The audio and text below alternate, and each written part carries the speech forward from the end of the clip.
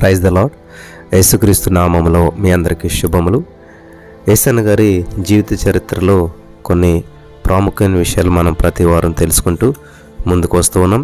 ఈరోజు యేసన్న గారి సేవా పరిచర్యలో జరిగినటువంటి కొన్ని అద్భుతాలు, మరి ఆయనకి ఎదురైనటువంటి శ్రమల్లో ఆయన ఎలా జయించాడు, గొప్ప సంఘటనలో ఈరోజు మనం ధ్యానించుకొని పోతున్నాం. ఎవరు కూడా దీన్ని అశ్రద్ధ చేయకుండా శ్రద్ధగా వినాలి. బ్రదర్ యేసన్న గారు ప్రతిరోజు కూడా ఇంటింటికి వెళ్ళి కరపత్రాలు పంచిపెడుతూ మీరు బాగుండాలంటే యేసుక్రీస్తు ప్రభువుని గురించి తెలుసుకోండి అని చెప్పేటువంటి వాడు అంట. సైకిల్ మీద వీధుల్లో తిరుగుతూ ఆ యొక్క సువార్త సభలకు వచ్చి యేసుక్రీస్తు ప్రభువు గురించి తెలుసుకోండి, మీ జీవితాలు బాగుపడతాయి అని చెప్పి కరపత్రాలు పంచేటువంటి వాడు అంటే యేసన్న గారు. ఒకరోజు వేరే ఊరు వెళ్ళటానికి బస్ స్టాండ్ దగ్గరికి వచ్చాడంట. ఎంతసేపు నిల్చున్నా సరే బస్సులు రావట్లేదంట. కాళ్ళు నొప్పులు వేసి అక్కడ ఆగి ఉన్నటువంటి ఒక రిక్షాలో కూర్చున్నాడంట. ప్రొద్దున్నే వచ్చి ఆ రిక్షాలో కూర్చున్నావు, ఇంతవరకు బోని కూడా కాలేదు, దిగు అని చెప్పి యేసన్న గారిని ఆ రిక్షా వాళ్ళు అరిచాడంట. ఖాళీగా ఉంది కదా, కదలలేదని యేసన్న గారు కూర్చున్నాడంట.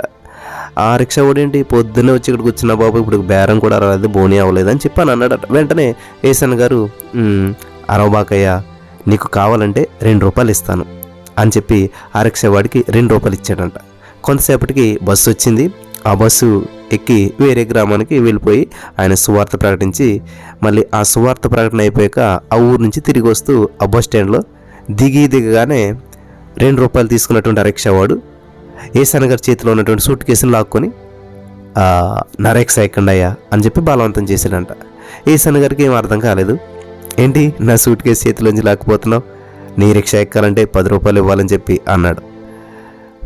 గమనించాలి, వింటున్నారా? నా సూట్ కేసు పెట్టుకుపోతున్నావు ఏంటి, నీ రిక్షా నేను ఎక్కడేంటి, నీ రిక్షా నేను ఎక్కలేదు, నువ్వు నాకు ₹10 ఇవ్వాలని యేసన్న గారు అన్నాడు. సరేనండి అయ్యా, రండయ్యా, నేను మీకు ఇస్తాను రండయ్యా అని చెప్పి ఆయన తీసుకెళ్తా ఉన్నాడంట. రిక్షా ఎక్కించుకున్నాడంట. యేసన్న గారు రిక్షాలో కూర్చుని ఎందుకని నీ రిక్షాలోనే ఎక్కమన్నావు నన్ను అని చెప్పి రిక్షా వాడిని అడిగాడంట. ఆ రోజు ఏం జరిగిందంటే అయ్యా అని చెప్పి స్టార్ట్ చేశాడంట రిక్షావాడు. అయ్యా, ఆ రోజు మీరు నా రిక్షాలో కూర్చుంటే తిట్టాను, మిమ్మల్ని దిగిపోమన్నాను, ₹2 ఇచ్చి మీరు నా రిక్షాలో కూర్చున్నారు కదా, ఆ రోజు మీరు నా రిక్షాలో కూర్చుని ₹2 ఇచ్చారు కదా, ఆ పాత రిక్షా తొక్కలేక ఎంతో కష్టపడిపోయేటువంటి వాడిని మీరు కూర్చున్న రోజు సాయంత్రం ప్రభుత్వం వారు కొత్త రిక్షా ఉచితంగా ఇచ్చారు, హల్లెలూయా అని చెప్పి ఎంతో సంతోషంగా చెప్పి మరి యేసన్న గురించి వివరాలు అడిగి తెలుసుకున్నాడంట. యేసన్న గారు సువార్త సేవకుడని తెలుసుకున్న తర్వాత ప్రార్థన జరిపించుకోవడానికి తన ఇల్లు ఇచ్చాడంట. యేసన్న గారు ఆ ఇంట్లో ప్రార్థన ప్రారంభించాడంట. ఆ రిక్షావాణి ఇంట్లో ప్రార్థన ప్రారంభించాడంట. ఆ రిక్షా నడుపుకునేటువంటి వ్యక్తి ఇంట్లో ఎప్పుడైతే అక్కడ ప్రార్థన ప్రారంభించిన 4 వచ్చారంట. 4 దేవుడిచ్చినటువంటి స్వస్థత వరంతో ఆ గ్రామాలకు వెళ్ళి సువార్త ప్రకటించి మరి యేసన్న గారు ఆ యొక్క రోగులను యేసు నామములో ప్రార్థించగా రోగుల కొరకు వారు వెంటనే స్వస్థత పొందేవారంట. ఈ విషయం ఆ నోట ఈ నోట పాకి ఎక్కువ మంది ప్రజలు ప్రార్థనకు రావడం ప్రారంభించారంట. బ్రదర్ యేసన్న గారు యేసు నామములో ప్రార్థించగా మూగవాడు మాట్లాడాడంట. సంతానం అనేటువంటి వారు సంతానం పొందుకున్నారంట. క్యాన్సర్ రోగులు స్వస్థత పడ్డారంట. ఒకరోజు కుమ్మరి అచ్చమ్మ తల్లి మరణించి 4 గంటలు అయిపోయిందంట. తర్వాత మందిరాన్ని తీసుకొచ్చారంట. చచ్చిపోయి 4 గంటల తర్వాత మందిరాన్ని తీసుకొని వచ్చారంట. అక్కడ యేసన్నతో పాటు సంఘ విశ్వాసులంతా కూడా ఏక మనసుతో ప్రార్థించారంట. ఎప్పుడైతే ప్రార్థించడం మొదలుపెట్టారో దేవుడు యేసయ్య ఆమెను బ్రతికించాడంట. ఈ వార్త గ్రామాలో దావనంలాగా వ్యాపించింది. ఏడాదిలోపే ప్రజలు తండోపతండాలుగా ఆరాధనకు రావడం ఆరంభించారు. ఆరాధన జరిగే ఆ పూరిపాక సరిపోయేది కాదు. ఎంతోమంది ప్రజలు బయట నిలబడేవారు. యేసన్న గారికి పరిచయస్తుడు ఢిల్లీలో సేవ చేసినటువంటి దైవజనుడు పాస్టర్ గ్లాడీ ఈరాజు గారు యేసన్న గారి సేవ గురించి సంఘం గురించి తెలుసుకుని సంఘ నిర్మాణం కొరకు ఆర్థిక సహాయం అందించాడంట. ఆ డబ్బుతో యేసన్న గారు 300 మంది పట్టేటువంటి మందిరాన్ని 1979 సంవత్సరంలో 14వ మైల్ రాయి వద్ద నిర్మించాడంట. కాలక్రమేణా ఆ మందిరం కూడా విశ్వాసులతో నిండిపోయింది. వివిధ రుగ్మతలు వ్యాధులతో బాధపడేటువంటి అన్యులు స్వస్థతల కొరకు యేసన్న గారి దగ్గరకు వచ్చేటువంటి వారంట. అయితే యేసన్న గారు వాక్యం విని క్రమేణా యేసుక్రీస్తుని నిజమైనటువంటి దేవుడిని గ్రహించి యేసుక్రీస్తు ప్రభువారిని తమ సొంత రక్షకునిగా అంగీకరించేటువంటి వారంట. ఈ విధంగా ప్రతి ఆదివారం మందిరంలో జరిగేటువంటి ఆరాధనకు చుట్టుపక్కల గ్రామాల నుంచి ప్రజలు తండోపతండాలుగా వచ్చేటువంటి వారంట. ఒకరోజు మందిరానికి వచ్చి యేసన్న వాక్యం విని వాక్యం చే పట్టబడినటువంటి ఒక మంత్రసాని నెక్స్ట్ డే మరి యేసన్న గారి దగ్గరికి వచ్చి ఆమె చేసినటువంటి తప్పుల గురించి, పాపాల గురించి వివరించి కన్నీరు మున్నీరైందంట. ప్రభు, నీ పాపాలన్నీ ఒప్పుకో, దేవుడు నేను క్షమిస్తాడు, ఖచ్చితంగా క్షమిస్తాడు, నీకు భయపడవలసిన పని లేదమ్మా అని చెప్పి ఆమెకు యేసన్న గారు ధైర్యం చెప్పి ప్రార్థన చేసి పంపేశారంట. క్రమేణా ఆమె ఏం చేసిందంటే ఆత్మీయతలు ఎదగడం ప్రారంభించింది. దేవుడి సేవకు తన యొక్క జీవితాన్ని సమర్పించుకుంది. సువార్థికురాలుగా మారిపోయింది. ఆదివారం మందిరానికి మరి రానటువంటి విశ్వాసులు ఇండ్లు ఆ యేసన్న దర్శిస్తూ వారి సమస్యలు తెలుసుకొని వారి కుటుంబ క్షేమం కొరకు ప్రార్థన చేసి వచ్చేవాడు అంట. అమ్మ, ఎందుకు రాలేదు ఆదివారం, ఏమైనా సమస్య, ఇంట్లో బాగలేదా అని ఎవరైతే చర్చికి రాదో వాళ్ళ ఇంటికి వెళ్ళి వాళ్ళని ప్రేమపూర్వకంగా మరి వాళ్ళకి ప్రార్థన చేసి వారి సమస్యను తెలుసుకునేటువంటి వాడు అంట. ప్రియులు గమనించాలి. అదేవిధంగా ఈ దూర ప్రాంతాలకు మరి సైకిల్ మీద వెళ్ళి ఆ సువార్త ప్రకటించేవాడు అంట. ఒకరోజు ఆ గుడివాడ సమీపంలో ఉన్నటువంటి అరిపిరాల అనేటువంటి గ్రామంలో ఒక గృహాన్ని దర్శించి ప్రార్థన చేసి తిరిగి వస్తున్నటువంటి సమయంలో ఆ ఇంటి ఇళ్లలో పప్పుచారు చేసిందంట. అయ్యా, పప్పుచారు చేసానయ్యా, వేడివేడిగా ఉందయ్యా, నా సంతృప్తి వరకు కొంచెం భోంచేసి వెళ్ళవయ్యా అని బలవంతం చేసిందంట.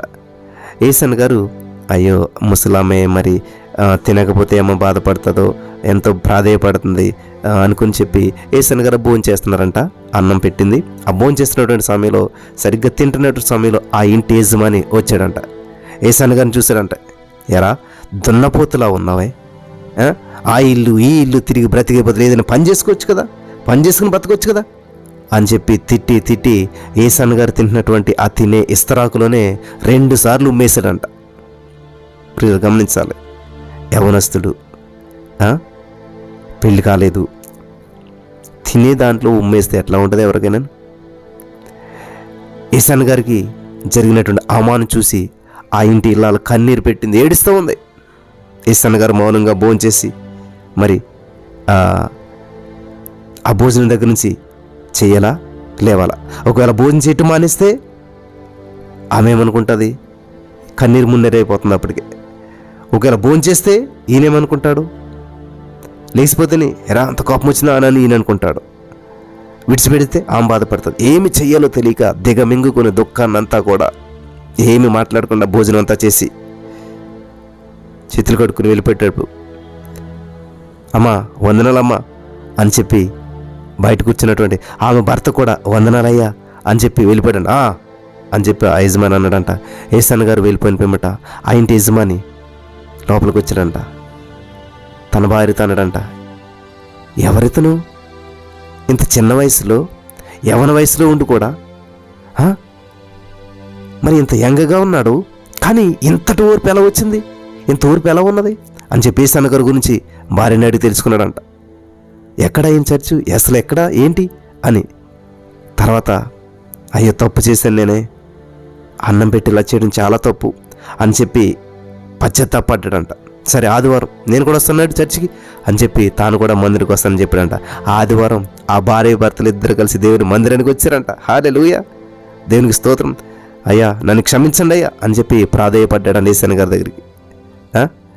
అంత మాత్రమే కాదు, వాళ్ళు వస్తూ 2 బస్తాల బియ్యాన్ని యేసన్న గారికి కానుకగా ఇచ్చారంట. హల్లెలూయా, దేవునికి స్తోత్రం. మరి యేసన్న గారు పాటల ద్వారా, ప్రార్థన ద్వారా, స్వస్థల ద్వారా, సందేశాల ద్వారా మనుషులలో మార్పులు రావడం ప్రారంభించాయంట. దేవునికి స్తోత్రం కలుగును గాక. మనుషుల్లో మార్పు రావడమే కాకుండా పరివర్తన వలన కూడా మనుషులు పరివర్తన చెందుతారు. యేసన్న గారి సేవ రోజు రోజుకు విస్తరించి వివిధ ప్రాంతాల్లో అనుబంధ సంఘాలు ఏర్పడ్డాయి. గతంలో యేసన్న కష్టాలు చూసి వెనుతిరిగినటువంటి తోటి సేవకులు మినిస్ట్రీ అభివృద్ధి చెందిన పిదప తిరిగి ఒక్కొక్కరుగా యేసన్న చెంతకు చేరారంట. యేసన్న 6వ తరగతి చదివినప్పటికీ సంగీతం మీద, సాహిత్యం మీద ఎక్కువ ఆసక్తి ఉన్నది కాబట్టి 1980లో బలిపీఠం అనేటువంటి మాసపత్రికను ప్రారంభించారు. 1985వ సంవత్సరంలో యేసన్న గారి స్నేహితుని ప్రోత్సాహంతో గుంటూరులో ఉన్నటువంటి శారదా కాలనీలో 2వ లైన్లో 30 రూపాయల అద్దెకు ఇల్లు తీసుకుని సేవ ప్రారంభించారు. ప్రారంభంలో 12 మంది విశ్వాసులు వచ్చినప్పటికీ కానీ కాలక్రమేణా ఆ సంఘం అభివృద్ధి చెంది 200 మంది వరకు విశ్వాసులతో అభివృద్ధి చెందిందంట. ఆమేన్, దేవునికి స్తోత్రం కలుగును గాక.